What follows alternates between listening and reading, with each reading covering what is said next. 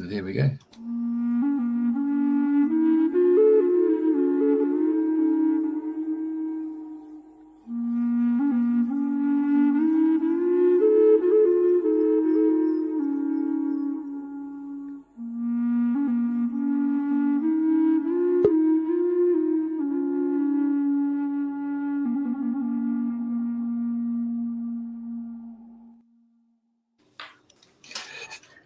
Well, it's just gone past 7 o'clock in Queensland, Australia. We don't jump to daylight saving. I just want to let you know that.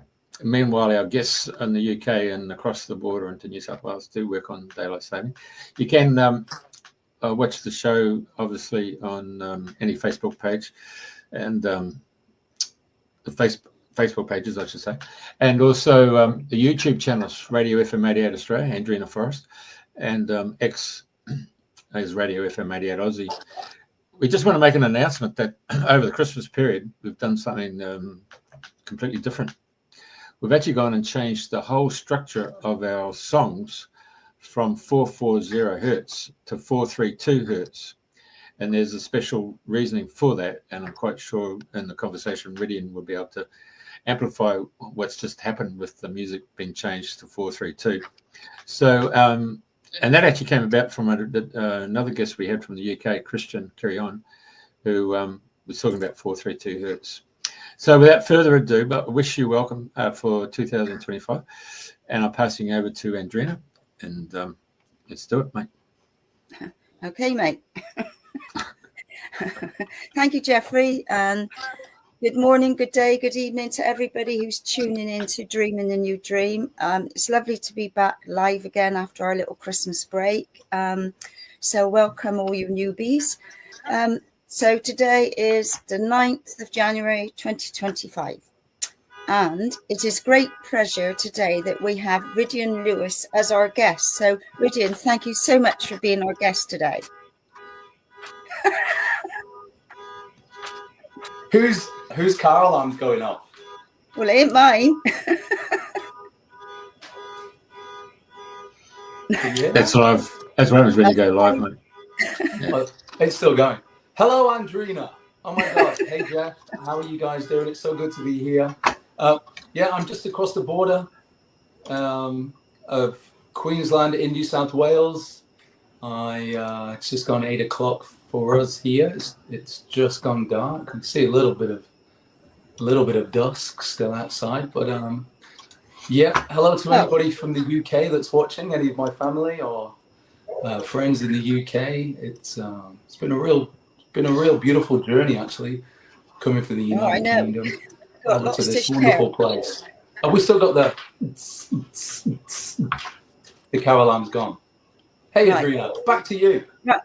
So it's fantastic to have you on the show, and I love your music. I mean, absolutely fabulous. And yeah, so just wanted to acknowledge all the work that you're doing around the world with your music, touching soul, and that's the main ingredient for me, is who touches soul on many levels.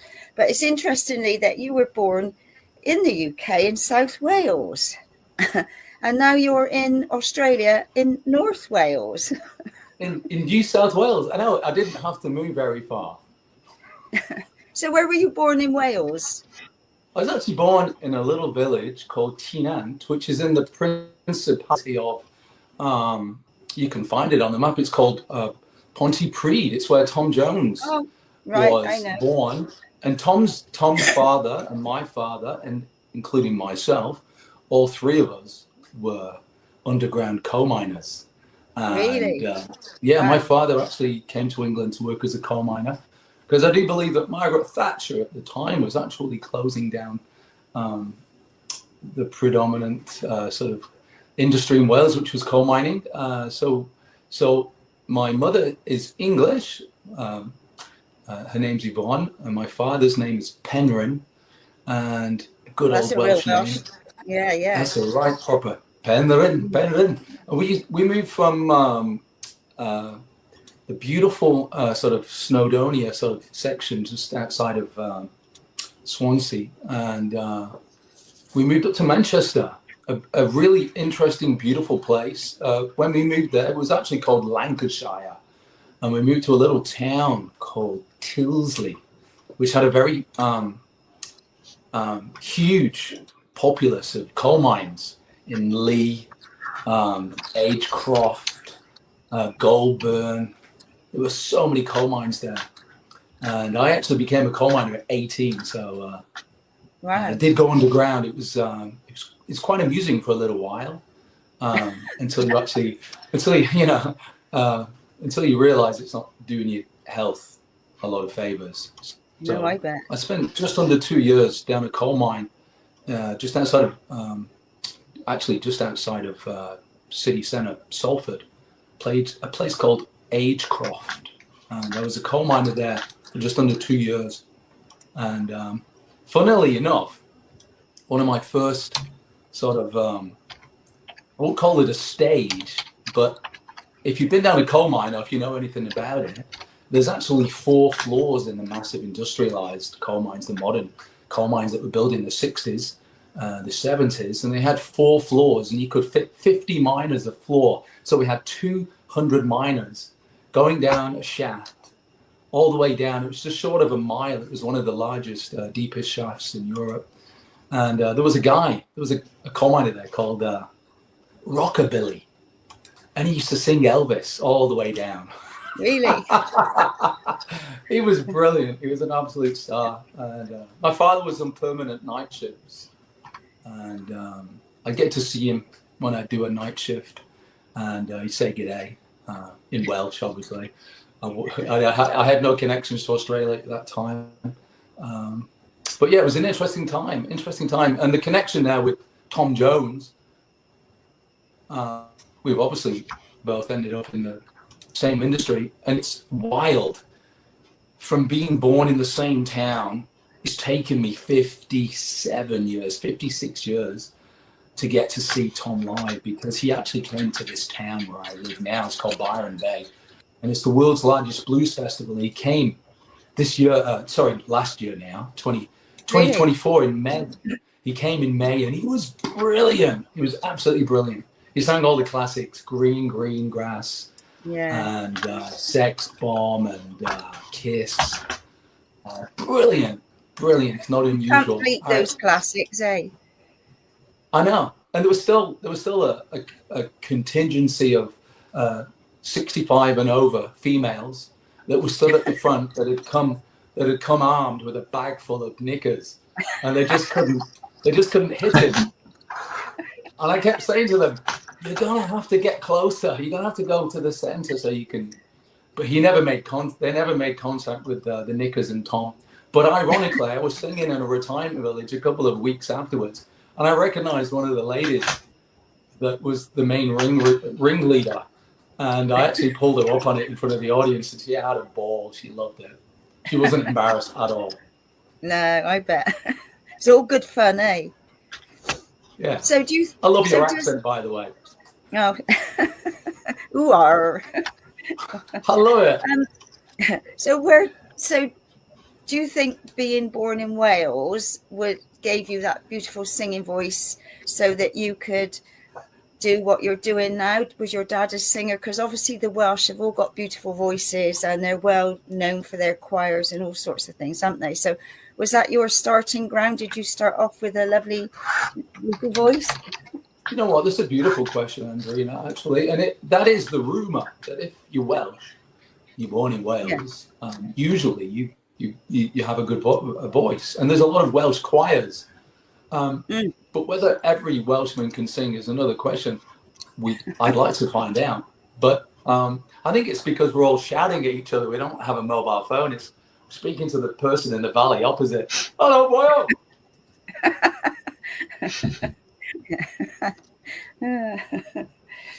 Right. So, I mean, I read your bio. Oh, my God. You've done so many things. It was like photographer, TV presenter, model, bodybuilder. Oh God, it goes on and on and on. So start at the very beginning. Like obviously, you were born in Wales, but some of the steps and some of the things you've done because obviously you would have found yourself in many situations and you've had lots of doors opening up the long. So over to you on however you want to share what you'd like to share today about you and what you do. Okay, well, go make yourself a cup of tea, Jeff and Andrena, because this is going to take a while. But anyway, so I'm going to start when I was 15. So I was introduced to Sylvester Stallone and Arnold Schwarzenegger, and just around the corner was the local police station, and right next door to that was a scout hut. And a friend of mine, he's a friend of mine now, but in the beginning, Colin started up a gym. And I was so impressed with Arnold's body, and I used to watch him every day before going to school in that documentary called Pumping Iron, and I was obsessed. So I'd go along and get as many tips as I could from Pumping Iron, and I'd try and look like Sylvester Stallone and Arnold Schwarzenegger. And I used to watch Rocky 1, 2, 3, 4, 5. I used to watch it daily. It was like they were mostly father figures for me, those two. So that's where my fitness and my strength came from with regards to being healthy and having a good body as such. And then, ironically enough, on one of the chat shows in England, I think it might have even been on Parkinson, there was a breakdance crew that were visiting the United Kingdom in the 80s when I was 15, and they were called the Rock Steady Crew. Now they were spinning on their heads and doing all this crazy footwork on the floor, and they looked like gymnasts. Most of them were sort of Puerto Rican from the Bronx, and they were sort of Afro sort of mix, wonderful athletic individuals that had this skill called breakdancing or b-boying or body popping. And I was obsessed. So my brother, a couple of friends from down the street, Danny, David, we all got together. We bought a piece of lino and we were breakdancing non-stop on this thing. And we'd go in the house, we'd play the VHS, and we'd try and get our heads around all these moves. And then we'd go outside and then we'd try and replicate what we'd seen these New Yorkers do on this lineup. We dressed like them. We tried to speak like them. We did all the moves like them. And we put together one of Manchester's first breakdancing sort of groups. And we were actually called, what were we called now? Oh my good Lord. Body Rock. I think we're called Body Rock or somebody. And all the local other groups, they'd come and find us because we used to train on the local market square, and they'd come down and have a competition and see who was the best breakdancer. They'd come from all over the place. They'd come down from Leigh and Manchester, and they'd find us on the Tilsley Town Square breakdancing on our lino with a battery-operated tape recorder. So that's where it all began. And it was very strange, actually, because my mother, she was really into going on holidays to Spain. So we actually went to a place called Benidorm. And my brother and my best friend Danny came along, and we went dancing in our hotel. And the hotel management actually offered us a job. I mean, I was 16. I'd literally just left school. And he offered my brother, who was 13, no chance for him to go because he was obviously underage. And my friend Danny. So I said to my mother, I said, what do you think? She said, well, I think you better come home first because we need to talk about this. So, because mums always know. Of course. I wasn't an argumentative son. I followed my mum home. And I'd get a phone call from this fella. And he said, are you still cook? He sounded like the guy from 40 Towers, Barcelona. And he said, he's coming to Spain, Rhydian. Well, he couldn't say Rhydian, he would call me William. William, are you coming to Benidorm to break dance for us? So I actually was amazed. My mum actually bought me a return ticket from Manchester Airport to Alicante, which was the nearest airport. And I had £80 in traveller's checks and a little bit of cash. I spent most of my cash on the taxi from the airport to Benidorm, because it was, at that time, it was an hour and a half journey. And it was, I had the time of my life. I was breakdancing in nightclubs and hotels, and I was on the street, doing some busking. I was working in cafe bars that had dance floors. And I think that was instead of the Costa del Sol or the Costa Brava, or a place called Benidorm. And I worked in Alicante, I worked in Elda and Alcoy. I learned a little bit of Spanish. And ironically, I actually sing in Spanish now. Oh, do you? I sing a couple of Spanish songs. And I got a little bit concerned. I could have stayed in Spain for a while. I could have stayed indefinitely. But I think my mother was, because nobody had been an entertainer before in our family, so she was concerned that I didn't have, there's Benidorm, that's it. That's what it looks like. It looks a little bit like the Gold Coast. It's a beautiful, beautiful place. There's some gorgeous mountains. And just like Byron, it's got an island just in the front of it as well. It's kind of wild. There was a water ski place. There was like an in situ water ski ramp right in the bay as well. I had the time of my life. Anyway, my mum convinced me that it was probably best that I went home and got some qualifications from college. So I said goodbye to my friends in Spain. And by the time I got back to England, I was a little bit of a celebrity. There was a poster of me up in the bank, in the local bank, and all my mates from school. Just a picture of me, you know. I think I might have been doing that, but so when I got home, there was a poster of me in the bank, and I was a couple of weeks late from registration from college, but my mother had actually sorted it all out. So when I went there, my old school friends from my old school had actually gone to the college, and they were like, "Oh my God, tell me all about it." And I was a little bit of a celebrity. It was wild.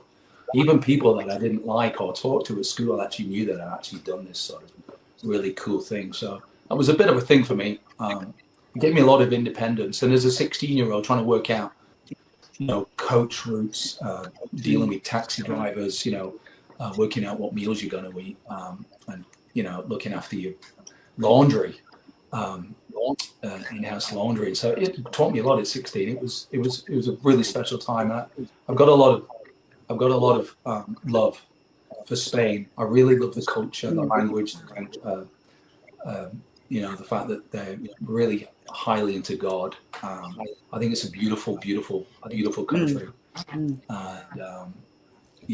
It's one of the places, believe it or not, that I'd like to take my family to visit when we go to Europe again. So, and then from where were we up to? So from breakdancing, I did a bit of college, and then I went to another college. I became a coal miner and a landscape gardener. I was a chef for a little while at the Little Chef, that sort of roadside cafe in England.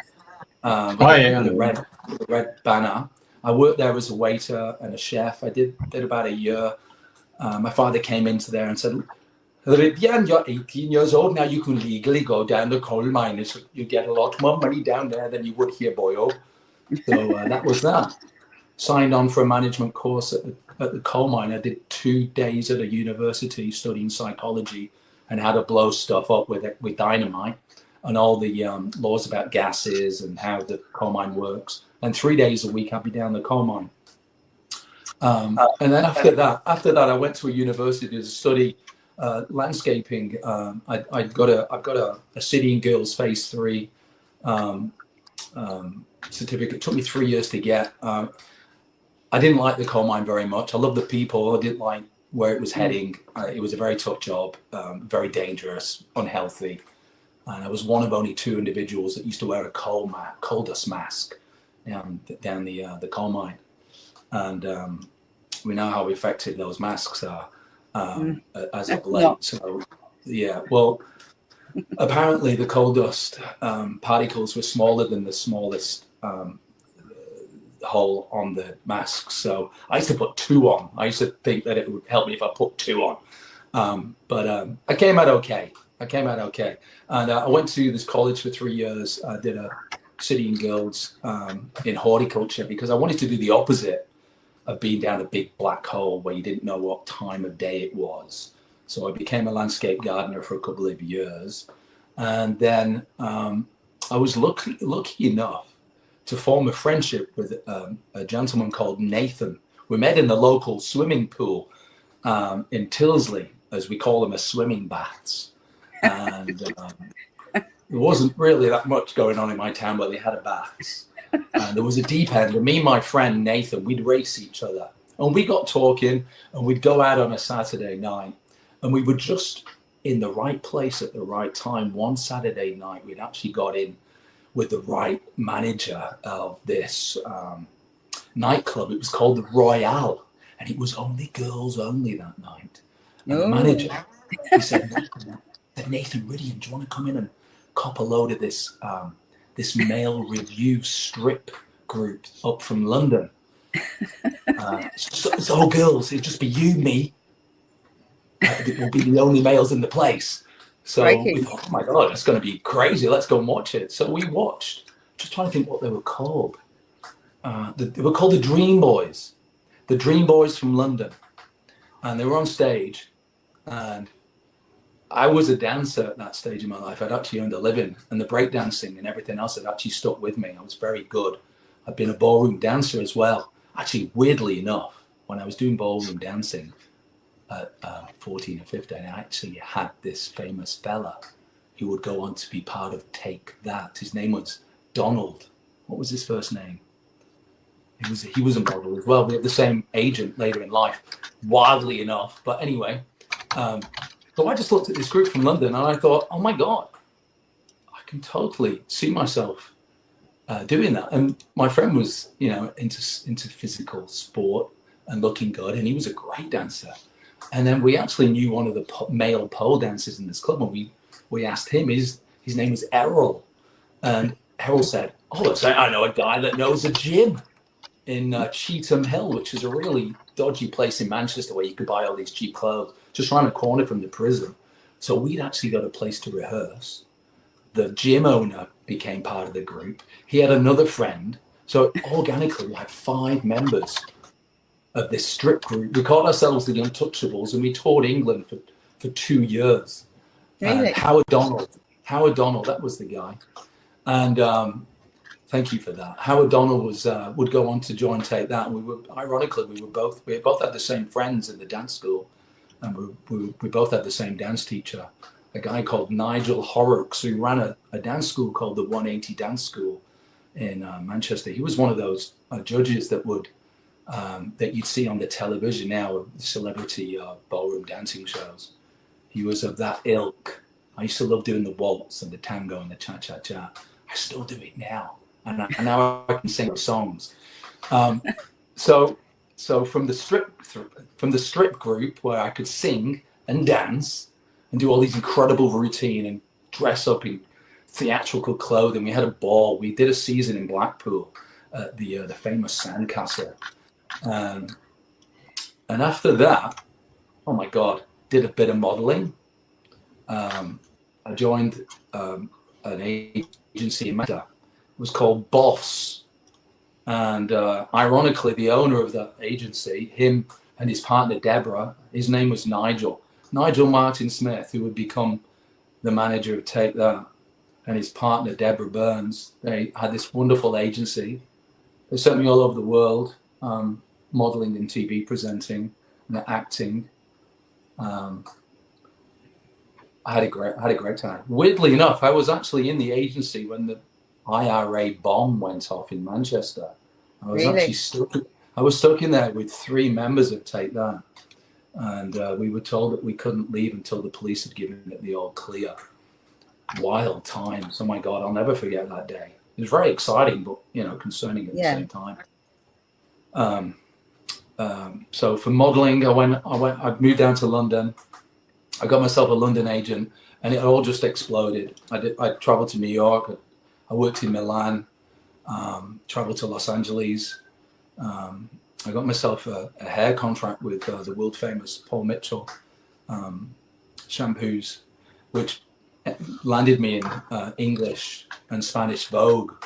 I was on an advertisement in Vogue several times.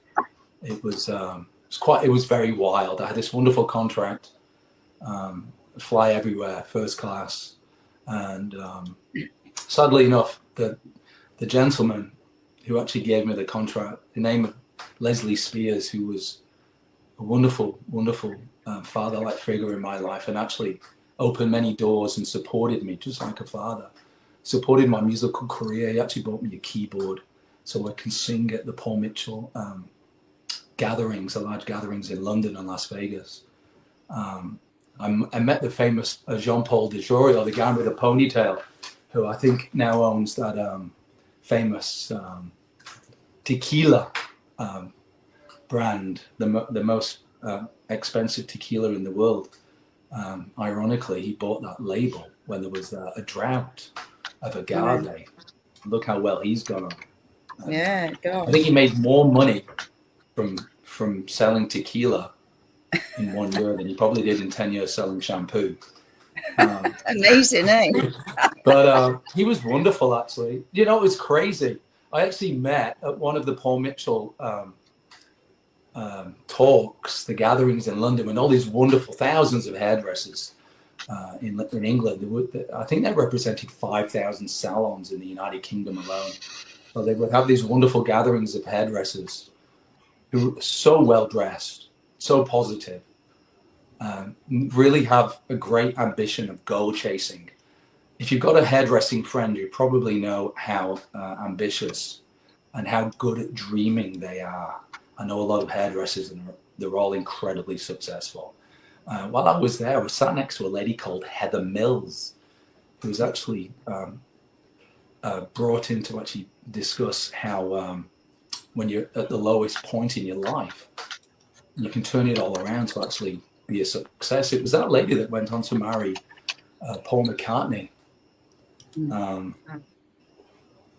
Yeah, I sat next to her. The whole audience were crying at her story, actually, how she lost her leg in the actual accident, and how the police person, I think, successfully sued her for actually causing the accident.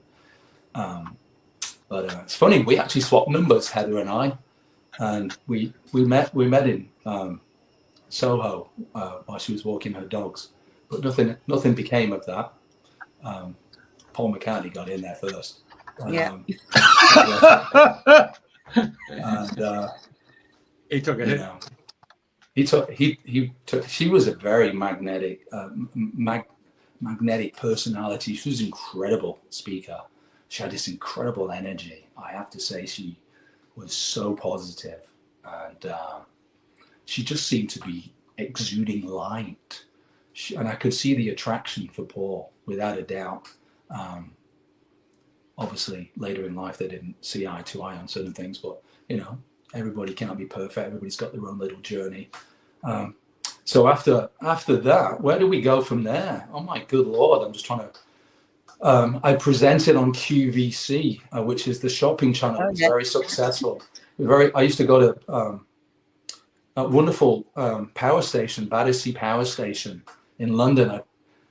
I'd catch the tube everywhere in London, and I'd get off on the other side just so I could walk across this beautiful bridge in Battersea, the Battersea Bridge, which I think Love Actually was filmed on. There's been a lot of films on the Battersea Bridge. So I worked at QVC for a little while, and I was their go-to guy for a company called Slender Tone. The electronic ab workout machines. And I was on there with a wonderful lady from, she used to be in the Carry On movies. She was a beautiful, beautiful lady.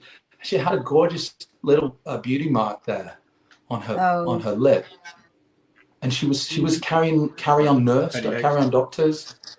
What was Barbara Windsor? No. She did EastEnders. She was a singer. Yeah. Oh God, what's her name? Yeah, she was like Barbara. I know, I can see her. Had long legs and dark hair. She was absolutely gorgeous. She's on YouTube. I actually sent her a message recently on Messenger. She obviously doesn't do Facebook that often, because I'd like to reconnect with her, because she really took me under her wing. She had a massive following. She was a huge celebrity. And together she used to sell to the ladies, I used to sell to the gentlemen on QVC. So in a 14-hour live TV stint, we'd actually sell a lot of units. And I used to get spotted on the underground when I was living in London, and people, when they think you know you, they go,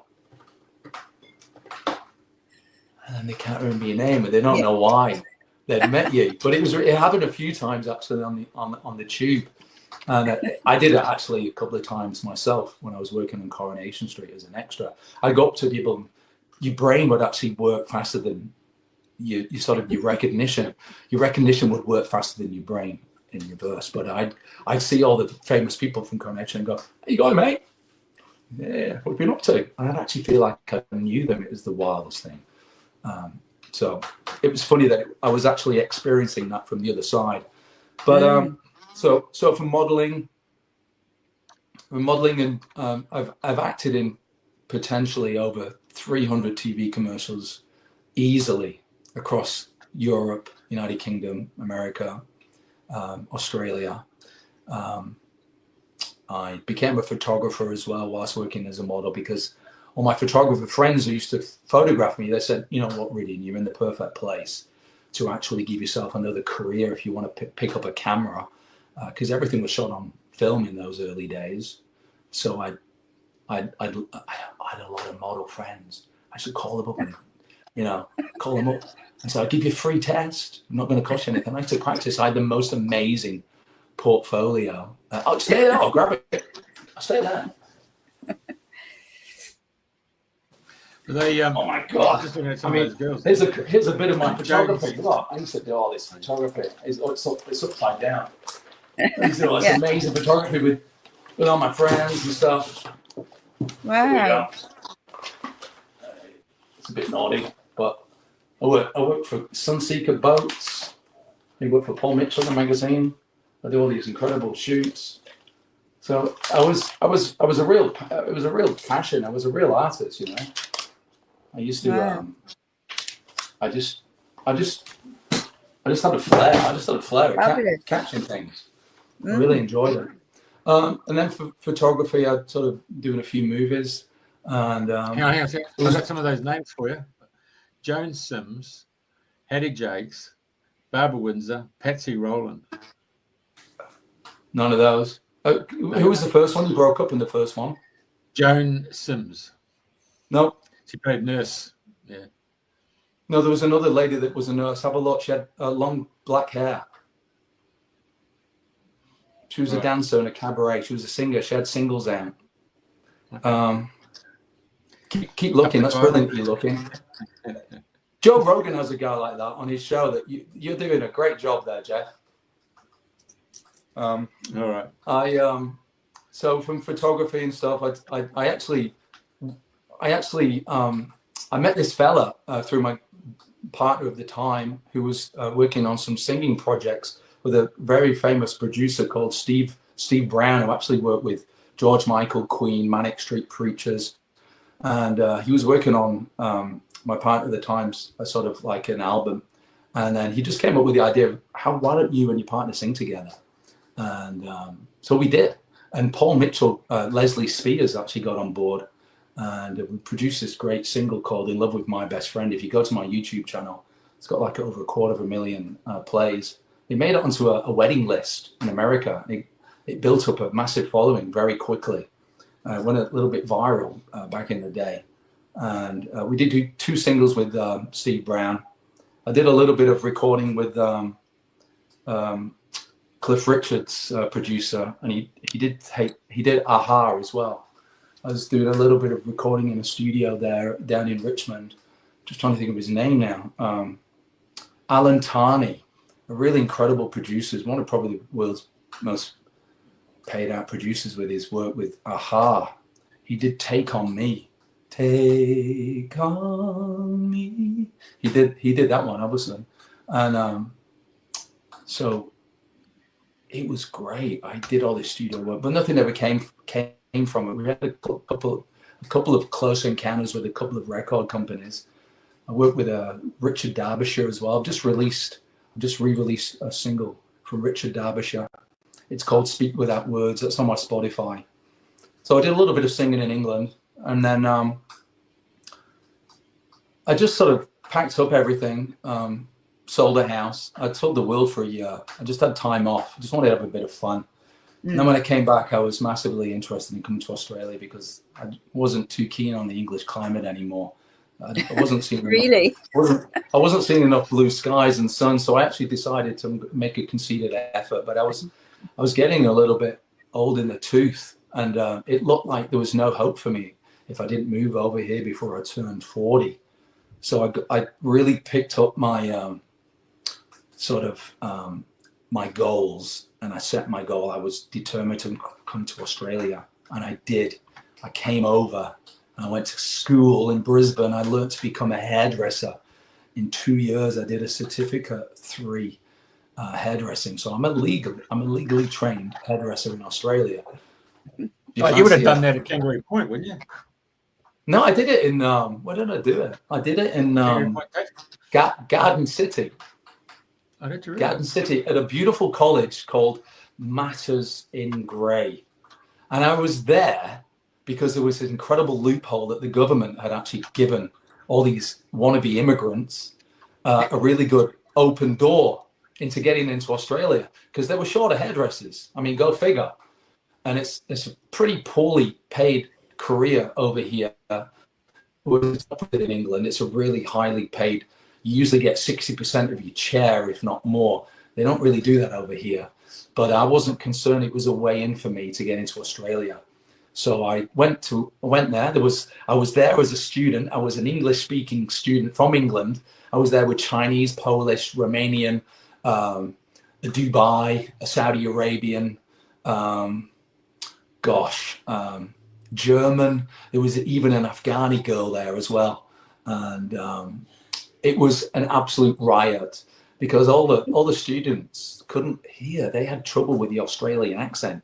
Because in Queensland it's very thick, and the way they greet each other is "How's it going, mate? How's it going, mate? Doing all right, mate?"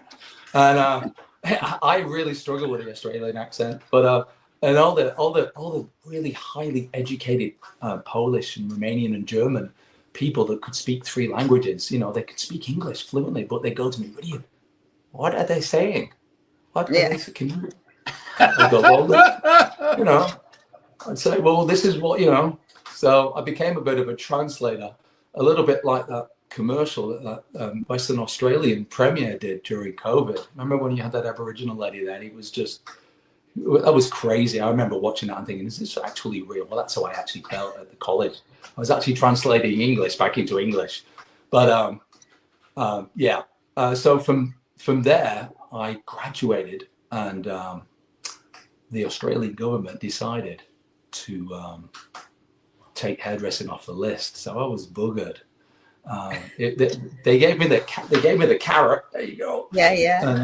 And they took it away, so I was kind of in no man's land. And the ironic thing, I think 500,000 boat people arrived in that particular year. There was a lot of issues with boat people coming over here, and even though I'd actually paid for a visa, they couldn't process it. And it took them 5 years to process my visa because there was a backlog of all these asylum seekers for 5 years. And in that 5 years, whilst waiting for my visa, my graduation visa to be processed, I actually got married, built a house, I had a baby, and I still wasn't an Australian citizen. It was wild. So I got in touch with a local federal MP. In Australia, we have a federal MP and we have a Commonwealth MP. Like in England, I think we have the Lords, and then we have the Houses of Parliament. It's a similar system. It's based upon the English system, but it's different in the fact that we have an upper and a lower house. And here, the lower house is a federal government where you have federal MPs or senators. And so I contacted my federal MP, and literally within 48 hours, it actually put me to the front of the queue, and I could actually process my visa and work it all out. But it was a process, and it was weird. I have to say this actually to an Australian political system. that you shouldn't really make somebody that's English and only speaks English to keep taking an English class every 2 years, because my certificate ran out after 2 years. I was here for so long, I had to take 3, and they were $400 a pop. And ironically enough, I didn't get top marks. Top marks was 8.5. I'd get 8. I think it was the Chinese person that couldn't understand Mancunian. But anyway, I love being on it over here now. So now, from hairdressing, I was actually cutting a 15-year-old friend of mine, who a brilliant magician called Matt Hollywood, who's been the Entertainer of the Year. Is a fantastic comedian, magician, and he's had a show permanently now on the Gold Coast for around about the last 7 years. I think he's down in Orchid Avenue. He's definitely worth seeing. He's an incredibly tall, handsome, blonde guy who I used to color his hair and cut his hair. And he sent one of his singers in, whose name was Jake Mayweather, 15-year-old, another highly successful and very tall teenager that Matt wanted me to cut his hair. So he told me how much he earned in a gig, and I thought, oh my God, I don't really earn that much as a hairdresser in a week. So I thought, I'm going to follow this guy around. He must have thought, who's this 40-year-old dude follow me around to all my gigs? But I was checking out his song playlist. I was looking at his PA, and I was sort of working out what sort of venues, because I'd sort of got this idea that I wanted to do it, because whilst driving home one day, I actually listened to the radio and I heard a song by Michael Bublé. The song was called Everything, which is a song that Michael wrote for his then girlfriend actor, who's also Mary Poppins. And not Julie Andrews, the other one. And anyway, he wrote that song for her, and I thought, oh my God, it's in my key. I love the way it sounds. And it came on the radio so many times. I learned the words really quickly. And so between the young teenager who I was cutting his hair, and between Michael Bublé, that gave me the inspiration to actually start singing again. I auditioned for my wife and her parents in the house, sang 5 songs. And so this is a very famous Australian way to speak, and Jeff's going to get this. I said, so how did it go? To my wife, and she said, yeah, nah. She said, you sounded really good in some places, but it's a bit of rehearsal. So I rehearsed in the car for 6 months. I learned 70 songs by heart in the car. And then I said to my wife, Paula, I said, I think I'm ready to audition again. And then literally after I auditioned, she said, perfect, now go and get some jobs. They were going to the beach with our newly born son, Kalen. And she said, I'll meet you there. You go and get some gigs on the way to the beach. I actually went through Sanctuary Cove in Hope Island. I picked up 3 gigs on the way to the beach. I used to live there.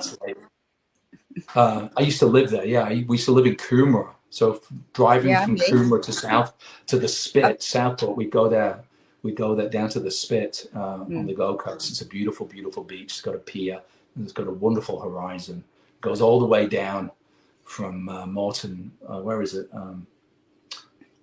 Tipplers. It goes down from the Coomera River all the way down to Coolangatta. It's a huge bay. It's an absolute phenomenal, beautiful bay. Yeah, because I lived in Upper Coomera for a bit. Oh, it's beautiful in Upper Coomera. Whereabouts did you live? What street? Oh, I couldn't tell you now. Flip. About 10 past 8. Yeah. It's changed a bit now. You wouldn't recognise the place. They've really built up into the hills, but it's very pretty. I actually sing at a lifestyle village up there. It's called Sea Change, and they're very kind to me, and they seem to like the songs that I sing, and I get booked regularly. And it's a bit of a chain around Australia. If you check it out, it's a beautiful, beautiful chain, very luxurious. So you can either buy, I think you buy your house, but you don't own the land. And like, it's a little bit like Body Corporate. You know, you pay a monthly fee so you can use one of their 7 pools. You get free yoga lessons. They've got an indoor cinema, in-house cinema and everything. And they've got an entertainment, and I'm one of the entertainment. So at the moment, I've actually found myself, because I'd say that most of my audience is female and 65 and above, but luckily a lot of gentlemen out there are real good jazz lovers, and they seem to like the music of Frank Sinatra, Michael Bublé. I do Bobby Darin, Dean Martin, you know, all the Rat Pack songs. And I actually sing. I'm lucky enough to know Engelbert Humperdinck's son, who lives on the Gold Coast. His name's Scott. I actually met him in Byron whilst I was searching for a recording studio to record an album. And this gentleman who I didn't know, whose name's Scott Dorsey, he actually he said, what sort of music do you do? And I said, well, I sing Michael Bublé. And he said, hold on, check this out. And he pulled out his phone and he had a picture of him, Michael, like this. And I'm like, how did you get that photo? He said, I manage my dad. I went, who's your dad? He said, Engelbert Humperdinck. I went, you are kidding.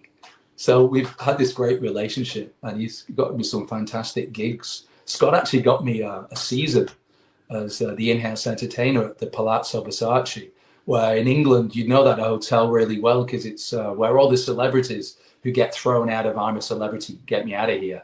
That's where they all go and stay.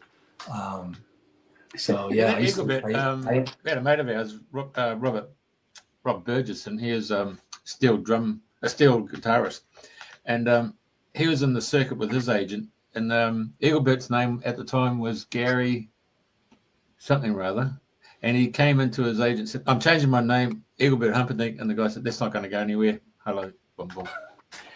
Well, Gary, yeah, he was the same manager as Tom Jones. Huh? I've read Tom Jones's autobiography, and some incredible stories. Was a lot of competition between. I do actually sing Tom Jones songs as well, by the way, just to let you know. There was just this competition between Engelbert and Tom. It was really healthy, and they both stimulated each other's careers. I think Tom probably had slightly the higher range, and he's more of a bluesy singer, whereas Engelbert is very renowned for being a romantic crooner. And ironically enough, when people actually say the word crooner, they don't actually know that it originally was actually was an offensive word. It was invented by tenors and baritones before the microphone, the age of the microphone was invented. Oh, he's just a crooner, because you need to sing with a microphone. You can't belt out the song without a microphone. So it was a derogatory term that's actually stuck. So the word crooner actually does denote what sort of genre of music you sing, you know, Bing Crosby, Frank Sinatra, Dean Martin, all those crooners. Then it went on to Engelbert. But you know what? I used to love Perry Como. Oh my God, Matt. Yeah. Oh, my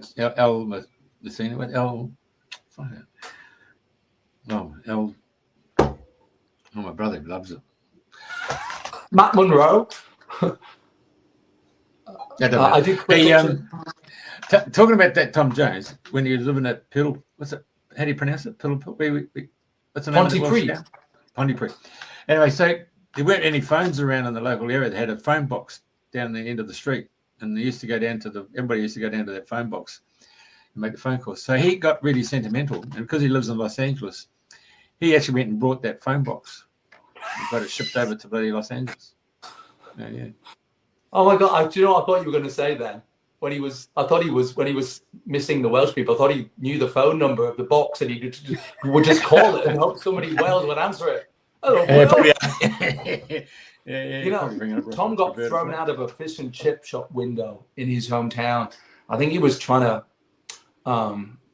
chat up a lady whose boyfriend was actually in there as well at the same time, and he had tuberculosis. A lot of very famous singers, Bobby Darin had tuberculosis as well. It's like these really powerful singers that were denied the one thing in the world that they wanted to do. So when they could sing again, there was no stopping these people. Nothing could stop them. You know, if they were going to be a singer. So Tom and Bobby Darin. There's another one I can't remember now. But do you know what? Where's that guy? Who was it? El Martini. El Martini. Right, and his name was Gary Dorsey. That's it. Gary Dorsey. Yeah, that's it. Yeah, oh my God. That's his real name. Yeah. Yeah, they all had matching. There's a famous photograph with Tom, Engelbert, and Gary, all with matching Rolls Royces. Oh, is that right? With a big fat cigar. Naughty boys. Yeah, I love that music. I was brought up with that music. So Tom Jones, the Beatles, Elvis, Cliff Richards, Tie a Yellow Ribbon Round the Old Oak Tree, which is a song that I sang to my children when they were babies, and they know all the songs inside out. When I'm singing in Chinese in the car, my wife and Gracie and Kaylin all can sing in Mandarin. Wow. Because if I don't sing this song every couple of months, it completely exits my brain. Yeah. So they can all sing. I was hopeless. At language at school. But I can still remember the French words that I did learn, but for some reason my heart wasn't in it. But since I've moved to Australia, I can sing in Japanese, Mandarin. I even learned an Indonesian song, which I actually forgot because I didn't practice. Like I said, if you don't keep practicing these songs, they just go out of your brain, because you have to keep connecting the synaptic membranes for that connection to remain. Otherwise, it just exits, it goes. Singing Italian. Coming back to Engelbert, he was here at the Crown Casino down the Gold Coast there. And he was. And I'll tell you how much of a showman he is. He actually, you can know it in his voice there that he hasn't got the top register anymore. And he actually works the show so well that he goes and gets the microphone and he goes to all the ladies in the front 10 rows, and he said, and you know it. And so all those girls 10 rows back, there's like fucking 100 of them. They're all singing his top register that he can't sing anymore. He's really fantastic. I love that. And that's really strange, actually, because as you get older, you are supposed to lose your top register.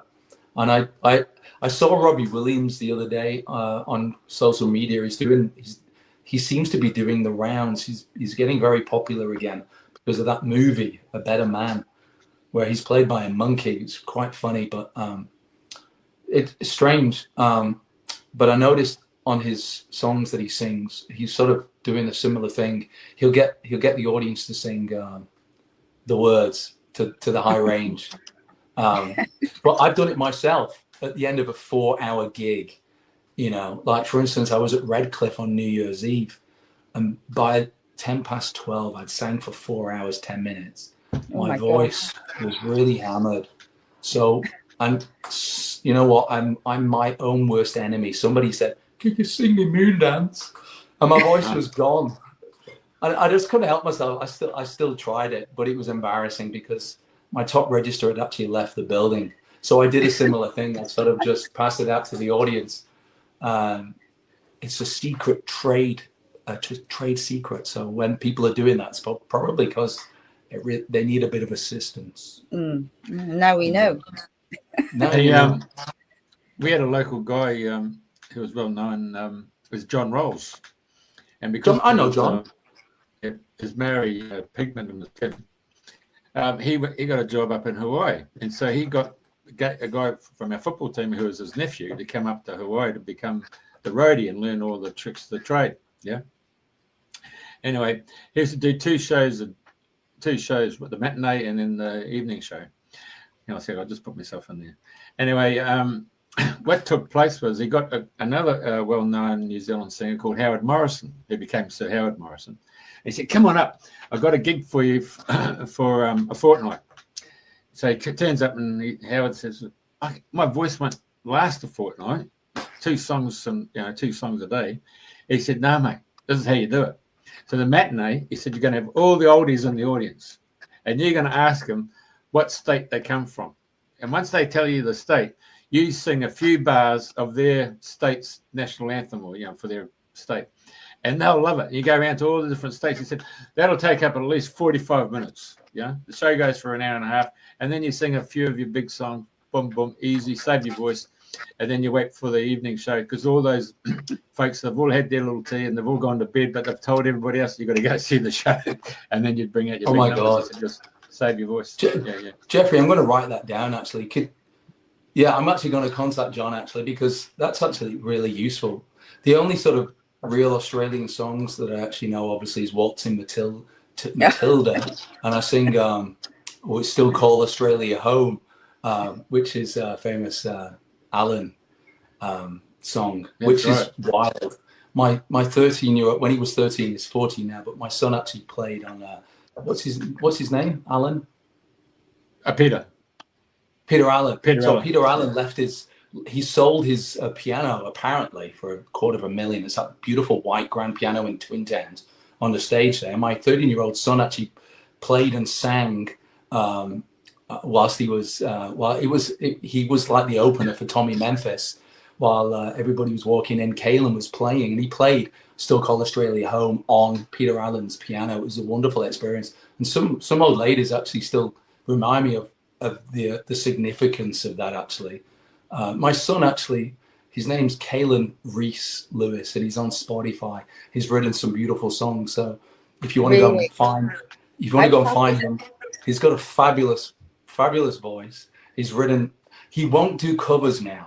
He'd busk in Byron Bay, and he'd make more than Daddy would make at a gig, just in a couple of hours busking, because obviously as a child, Australians are superbly supportive of children musically over here. I have to say that. You'd get so many people that would walk past on the pavement and literally give them either a $50 or $100 note. Really? It's an experience to behold. Australians really, it's in their soul. I was shocked when I first moved over here how many people could actually play an instrument. Piano, guitar. There's so many guitar players over here. Some of the best horn and sax players you'll ever find anywhere in the world are over here. Some phenomenal drummers. And I actually have this massive band that's organically being created. We do a Michael Bublé show. And shall we play it? Hey? Shall we play it? Oh, let people go and find it. Let people go and find it after this. You can, there you go. Yeah, there you go. Oh yeah, you can. There's my Bublé thing. There's my Bublé.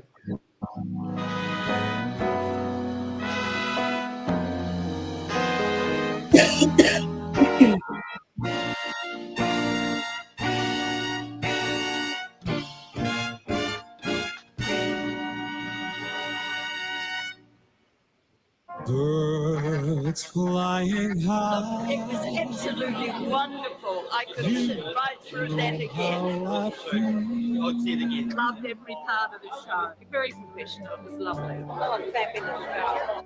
Baby, surrounded by a million people, I still feel all alone. Just wanna go home.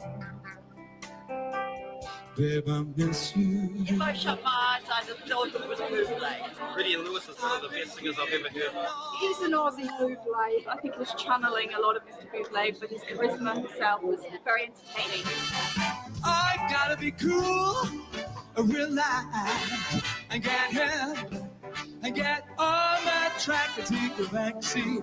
Very, very tight. The band was amazing. Certainly complimented the singing prowess of Rhydian. The full brass going, and they were just superb.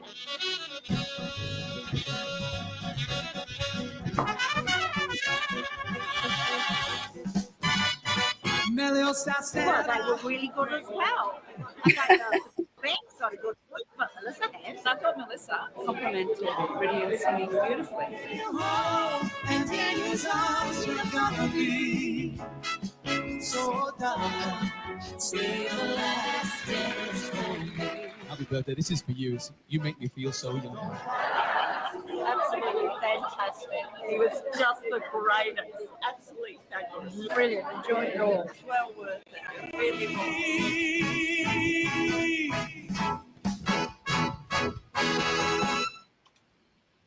Fabulous. Thank you for showing that. Thank you for showing that. That's been one of the best promos I've ever made, actually, for any show.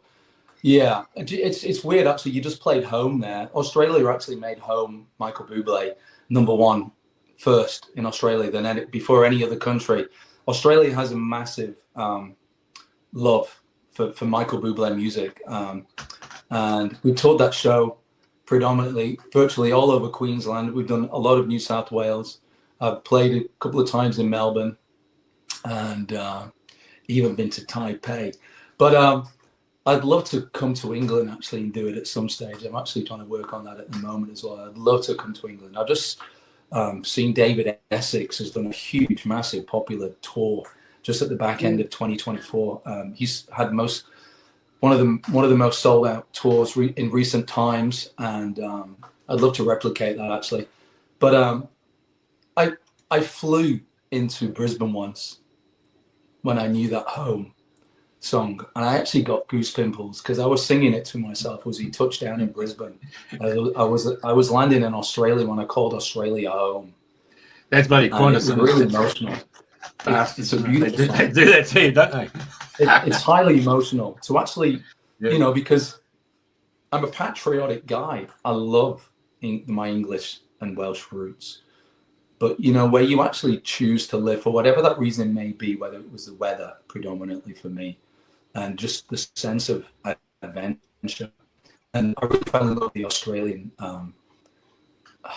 what would I call it? The ease of life over here. They've got an absolute love and zest. And I really do believe it has a lot to do with the environment, the fact that they've got wonderful weather mostly. Yeah. And they've got very extreme weather, obviously, as well. And they've got such beautiful beaches. And you wouldn't believe the amount of wildlife over here, and the massive forest and bush that exists in Australia. When you fly from the Gold Coast down to Sydney, it's a journey and a half, but I would say it's 99% tree covered. This place is uninhabited. It's an Eden. It is totally beautiful, and I think that my love for this place comes through in my music when I'm singing some of the most powerful songs that have ever been written by some of the most beautiful, gifted singer-songwriters, and people really pick up on it in Australia. And I'm pretty sure it's not just Australia, it will be a global thing. On a sunny day, if you listen to the song, it takes you back. Yeah, go. Yeah, can I ask, like, out of all the songs that you sing, what is your most favourite, and what one do you think touches soul most for people? Is there one in particular that you can just feel when you're singing it? You can feel the audience are with you on such a level. Andrena, you ask the best questions, I have to say, and I love that accent. Oh my God. I would say Home. Home is an incredibly powerful song. It's a classic. I think it will live the test of time. It will continue on, and it's been recorded and covered quite a lot. But I think the oldest song that I sing that actually has a lot of power with people, it's My Way. Because a lot of people have actually buried parents or loved ones for that song. And people go into uncontrollable fits of tears. Sometimes that can be a good thing. Sometimes it can be the other extreme. It can be really, people don't know how to deal with that certain energy, that because when you're actually taken back to a time, your brain doesn't actually know that it's a memory. It actually feels real to that. It's like you're living it again. And if it was an emotional trigger, maybe the funeral or a burying of a loved one, it's very powerful. And there's a very close similarity. My wife's a psychologist. I pick up all this beautiful meanings about certain emotions, like, for instance, laughing and crying. Very similar. It's a very similar emotion, and it can give you the same lasting effect. Immediately after laughing or crying, sometimes you feel better. You feel lifted, and the power of music, it's huge. My Way is one of those songs. I mean, you know why that was written. It was Paul Anka wrote it because Frank Sinatra asked him specifically to write a going away song for Frank. He'd had enough of the entertainment business, wanted to spend more time with his family, loved ones, and have more time to do the things he wanted to do and not tour anymore. But obviously that didn't happen. He actually came back in one of the biggest comebacks in history. But that song is a hugely powerful song, and it's wild because the next album that Frank released sold more records than any other album in his history. It was called the Duets album, and it was, I think he was too ill to record, so they, through the art of technology, they got the biggest celebrities alive, you know, in the world. And I think it was 1998 or 95, I can't remember. 94, it was in the 90s when they recorded this Duets album. It's one of the best-selling albums of all time. It was definitely the best-selling album of Frank's career as well. And it just goes to show that when you write a song and it's sort of connected to the tapestry of a population's life, the work that goes out into the cosmos sort of binds everybody together in this unexplainable connection and instantaneous power that this song has on people's hearts. It can transpose people into this wonderful state. That is the power of music. It's huge, and it's really strange because when I'm actually singing, when I'm compiling song lists, I have to love every song on that list. I have to. So when you come to one of my shows, I've actually got an intimate, emotional connection with every single song that I will be singing to, whether it's the lyrics, the story, the way it makes me feel, the harmonies, the chords. There's something powerful about all the songs that I actually choose to sing. It's magical. It's absolutely magical. Being on the stage and feeling this two-way connection. It's a highway of heart maths. I'm connected to the people in the front row, and they're connected to the people behind them. And all of a sudden, it's like a growth. It's like your fingers are actually connected electronically to every person in that audience that wants to be connected to that particular vibe. I can't explain it, but I can feel it. I know that it happens because afterwards, after the show, I have something. It takes me forever to get home, but it's part of my job, and I wouldn't change it. I actually I talk for 2 hours. I make the most. I have the best connections and make the most amazing friends and contacts. People who I only meet at shows. I have a wonderful connection with them. They actually tell me when I've made a mistake on a post. They tell me how they're feeling, and they just can't wait to get to their shows. They bring their friends to them. It's just medicine. Music is medicine. For the soul. Yeah, it's powerful. Who's that fella? Yeah. So how far are you booked ahead? You must be, I mean, you know, are you limited to like try and keep in so many days off a week for family time and what have you, and shows? How do you work and balance your work and play and life? Okay, well, this is my full-time gig. Sorry to use the pun. So I could technically work every day, and there have been times where I've actually worked every day, sometimes twice a day. It usually happens right about November and December. It's the most busiest time in Australia. They absolutely love Christmas songs, and it's one of the only places in the world that actually has Christmas in July as well, because it's obviously their coldest time of the year. So they like to see what it feels like to be cold at Christmas time. So in July, they're like, it's called Christmas in July. I get really busy in July, but yeah, February is packed for me. I've got a lot of theatre shows. I'm actually singing at a wonderful ladies' memorial, actually, at the South Tweed Sports Club. I think it might be the 8th of February. A lovely lady who was one of my first supporters. Her name's Leslie Rose, and she just recently passed away. God bless. And I answered a post on Facebook, and I said, "Look, I'm passing on the day. Would you like me to pop in? And I'd love to sing some songs," because Leslie was one of my first supporters. So I feel like crying now because music connects people. I feel connected to Leslie, even though she's no longer with us. I'm connected to her and her audience and what she did for me. There's a lot of very supportive people in Australia musically as well. I feel blessed. February is busy. I'm actually involved with a Bond, the Music of James Bond show. We're at the Caloundra event center. I think it might be the 22nd of February. I'm also at the RPAC on the 21st of February, which is Redlands Performing Arts Centre.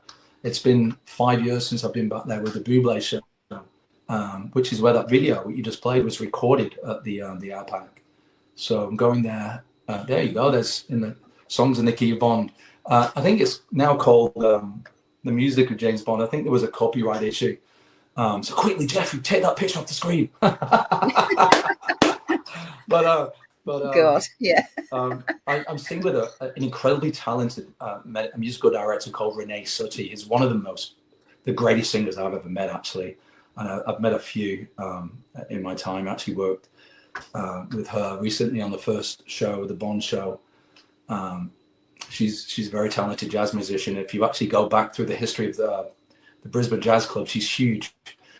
But Renee actually created this show with a company called Wild Goat Entertainment, and I sing the songs of the male vocals of the James Bond theme song. So Tom Jones, Thunderball, Matt Monroe, We Have All the Time in that's Louis Armstrong, We Have All the Time in the World, and From Russia with Love, Matt Monroe.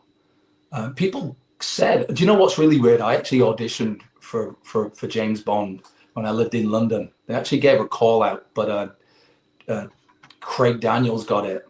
And it's weird because my agent was a really great agent in London at the time. And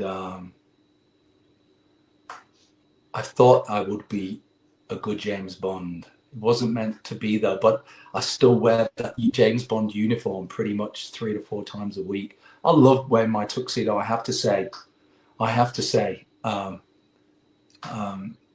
It feels like a uniform for me. I actually feel slightly naked if I'm not wearing a tuxedo now.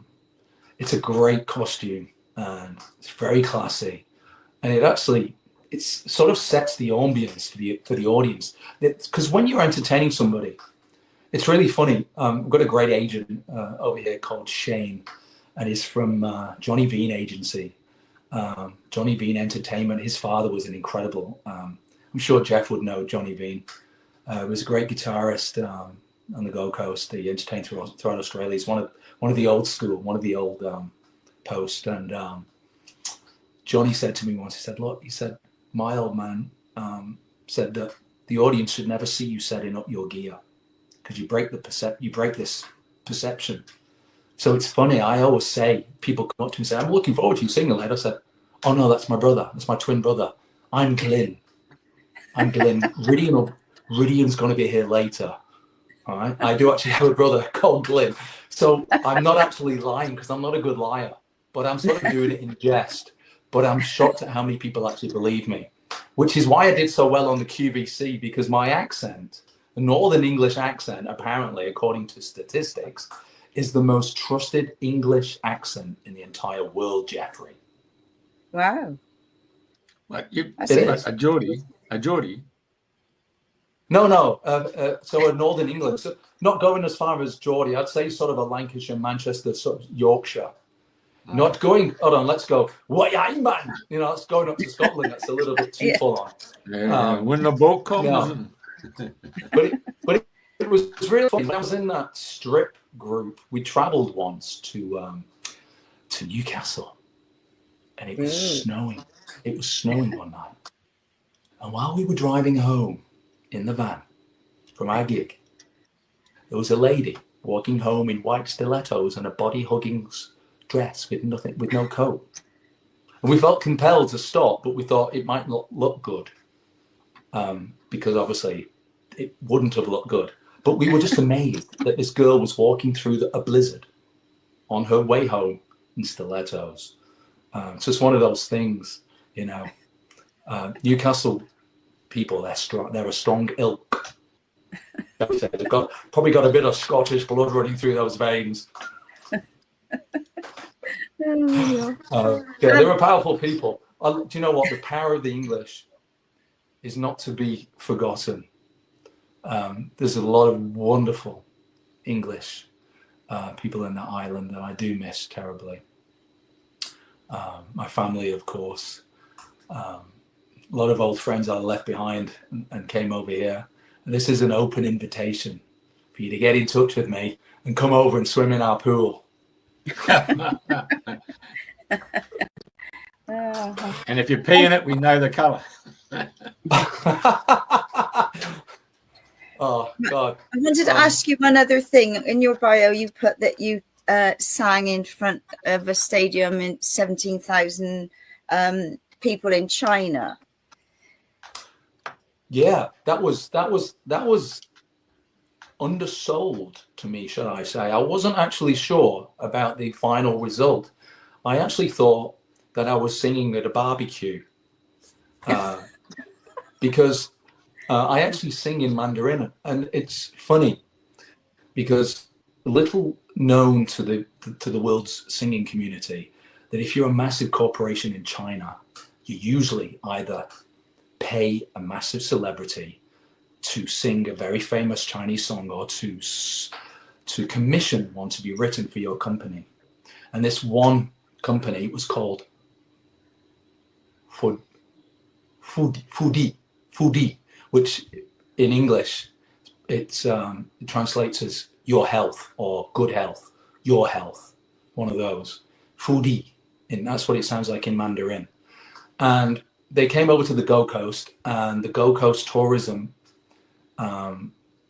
their leading Chinese Asia sort of rep, who inspired all of these 17, there would have been about 4,000 delegates from China to come to the Gold Coast.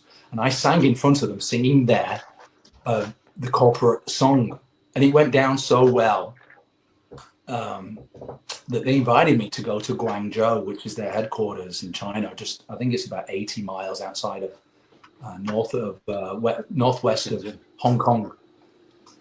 And they gave me a list of songs. I was singing 4 songs. I was getting paid very nice. They put me in a 5-star hotel, flew me on Southern China Airlines. I got there, and we went into a football stadium. It was the Guangzhou Sporting Arena, and there were delegates from all over the world. Even the Chinese army were there, marching down with the flag right to the stage. It was huge. It was bigger than Australia's Got Talent. It was huge, and I was really nervous. Went out and sang and walked out into the audience. I've actually still got the video footage. I should actually put it onto my YouTube. The Chinese are so tactile. They are so beautiful. And if you sing to them in their language, it really breaks down a lot of walls. Like, again, the power of music. And they would touch me, sing with me, get photographs with me live as I was singing their song with them. And it even got to a point where the bodyguards had to come out and actually rip me out of it and tell me to get back on stage. I've got it on film. It was incredible. The Guangzhou Sporting Arena, it's huge. And do you know what? I'm inspired to put that video up. There you go. I sang Josh Groban. The Chinese people love powerful songs. What is it? The really famous Josh Groban song. You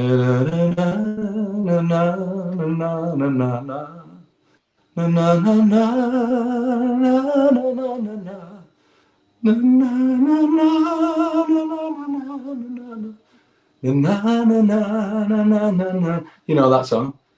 I know that. Stand on your shoulders. What's it called? Stand on your shoulders. Yeah. That's it. Yeah, that's it. You raise me up. Yeah, raise me up. Yeah. So that's a big. It's really funny how many Chinese people actually love the really powerful songs. So that was one of my songs that I sang. It was huge. Wow. Honestly, they were singing along. 70,000 people with all these glowing, sort of bigger than a human body hands waving. I'll put the video on my YouTube. If you follow me and subscribe, I'll put that up in the next couple of weeks, because it was a really special moment in my life. It actually proved to me, no matter where you're from and what language in music, the power of music is huge. It's huge. It's it can change lives. It can make you live longer, make you feel better. It's something that connects us all. And I think the Australian and the English government, if they're listening, and I'd love for them to be listening, Albanese and Keir Starmer, Sir Keir Starmer, if you're listening, I think you need to create a special dedicated department of music. I really believe that, because medically, inspirationally, for health reasons and other reasons, and for the connection and the bringing and the uniting together of humanity, you can't go further than music. There's some songs out there, and there's some songs that haven't been written yet that actually could change the world. You know, it could. I know it sounds cheesy, but it's powerful. No, it's true. It's true. Keir and Albanese, I'd love to meet you, and I'll head up. I'll be the minister of music, if you like. Yeah. I'll we do it vote for for free. you. You can be Joseph. I'll do it for free. I'll do it for free. I'll sing in Chinese, Japanese, Italian, English, Welsh, which is the world's officially, it's harder than Dutch.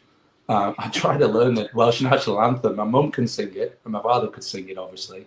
But I'm going to sing it. If there's anybody listening out there that lives in New South Wales or Queensland, and you feel like coaching me, I'm happy to pay you to learn me the Welsh national anthem, because I love to sing it at a rugby match in Brisbane or Sydney one day. That's one of my dreams. So if you're listening out there and you can help me learn the Welsh national anthem, please get in touch. What is that?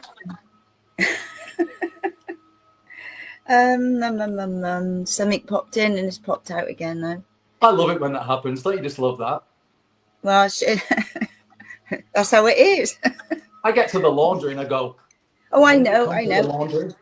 Yeah, what am I here for? What am I here for? I'll go in the fridge and go, was it food? You asked about the lady Carol put up that was Fenella Fielding. No. What, if I had my phone available, because I'm using it for this call. What did Carol put up? Yeah, she put No, up. it's not Fenella Fielding. No. So it's the singer. She had a beautiful birthmark here on top of her. Yeah, I can remember. Oh my God. If you actually put slender tone, QVC, you might get What is that, QVC what? No, slender tone. What's that? QVC what? Slender tone. It's one word, slender, TONE at the end. Slender tone, and QVC. Put Rhydian Lewis, and you might actually get my partner in crime. She was wonderful. She really took me under her wing. She was so famous. I'm so embarrassed I can't remember her name.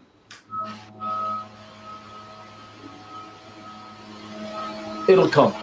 I have to say that you guys have been having some wonderful guests on your show lately. I like the investigator from you had on recently, the lovely guy from England. Is he a historian, a famous historian? I really enjoyed watching that.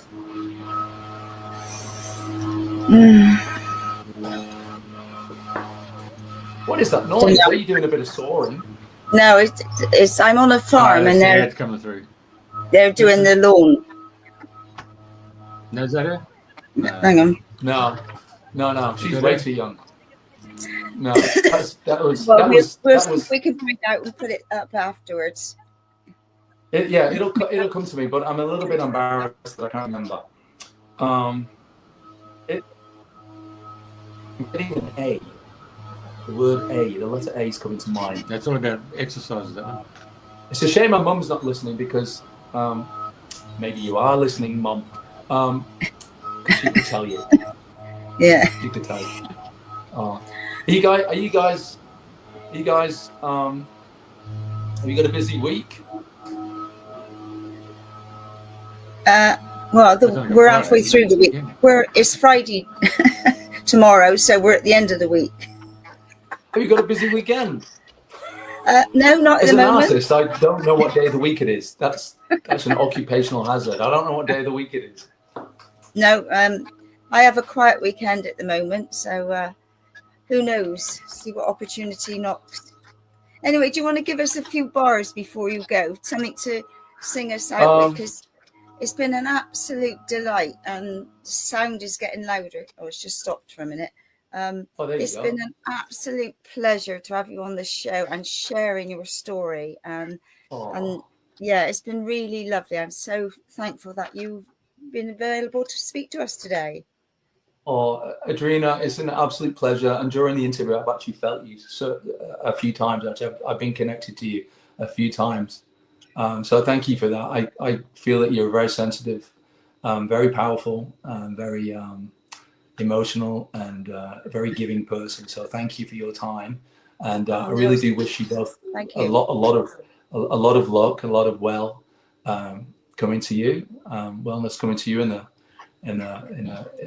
very near future. And Jeffrey, I hope to bump into you very soon, my good man, at a gig. And I actually put a post on my Facebook today, and I think it was a meme. It said, if you cuddle,